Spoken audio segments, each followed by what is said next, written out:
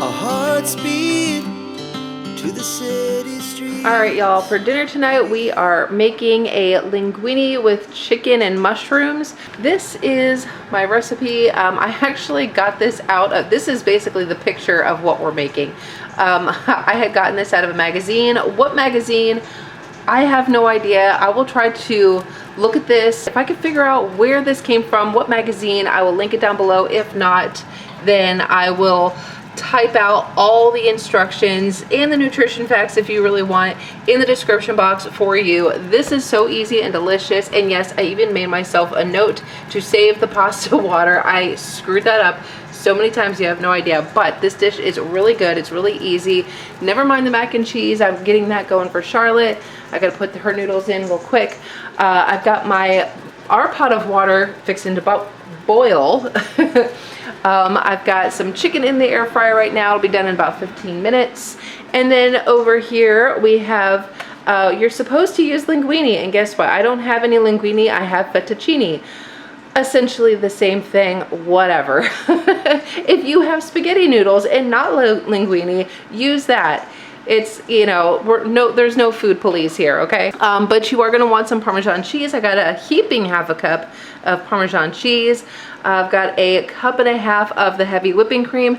The recipe does call for half a cup, but let me tell y'all, you're gonna want more than that. I've got some mushrooms. This is just the last of the mushrooms that I had. I just chopped them up. I would totally add more if I had more, but I sauteed them for lunch this afternoon, so this is what I'm left with. And then you're gonna want 3 tablespoons of butter. So first thing we're gonna do is get the pasta in the water. So I got my large pot of salted boiling water with my noodles, and I cooked them to about al dente, about 9 minutes. And then I wanted to make sure that I had a measuring cup so I can scoop out that pasta water before I drained it in my colander. So moving on, I just got my 3 tablespoons of unsalted butter, not my butter in there, and just sauteed those mushrooms for about 3 to 4 minutes. And then we're gonna go move on to the chicken. Now, you can cut this up any way you want to. I mean, you could do the shredding method like I'm doing, or you can like actually chop it up into cleaner bite-sized pieces. Whatever you want to do, it's all up to you. I just like doing this, and I like to leave my shredded chicken into like bigger chunks.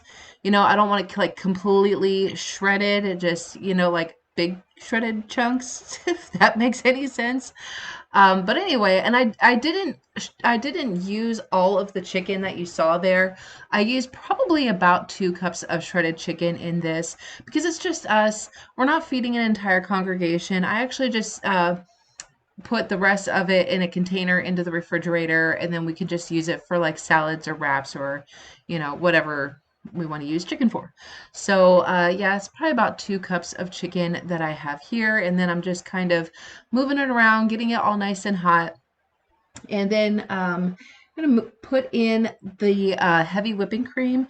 Now the recipe says a half a cup, but y'all, I have made this recipe so many times, you definitely need a lot more than that. I mean, what did I have? I think it was about a cup and a half, maybe. So I just poured that in there, and then I'm gonna let it sit, come to a simmer. I do add some parsley because, you know, it looks pretty. I do eventually add some salt and pepper in there, just, you know, because it has good flavor.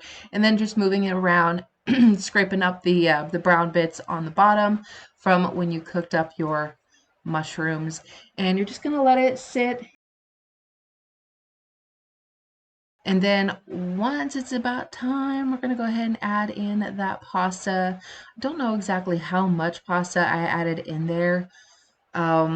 You're gonna have to eyeball it. Depending on the size of your family, how many people you're actually feeding, depends on how much pasta you really need. Let me see, it says,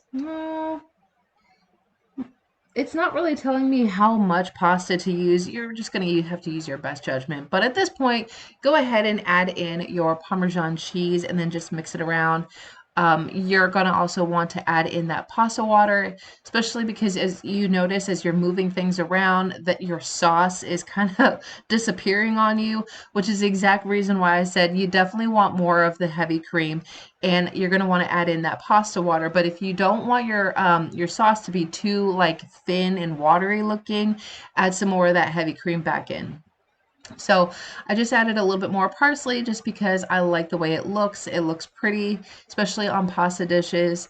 And then you're basically just heating this through at this point because everything is cooked. You're just kind of mixing it all together, waiting for that Parmesan cheese to melt.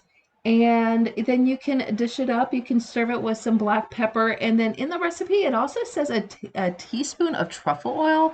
I've never actually bought truffle oil, I've never used it. So I can't exactly tell you. Um, I'm not really sure why you would do that, but I mean, I'll add it in the description box below. But either way, y'all, this was so good. And look at all her glory, looking absolutely delicious.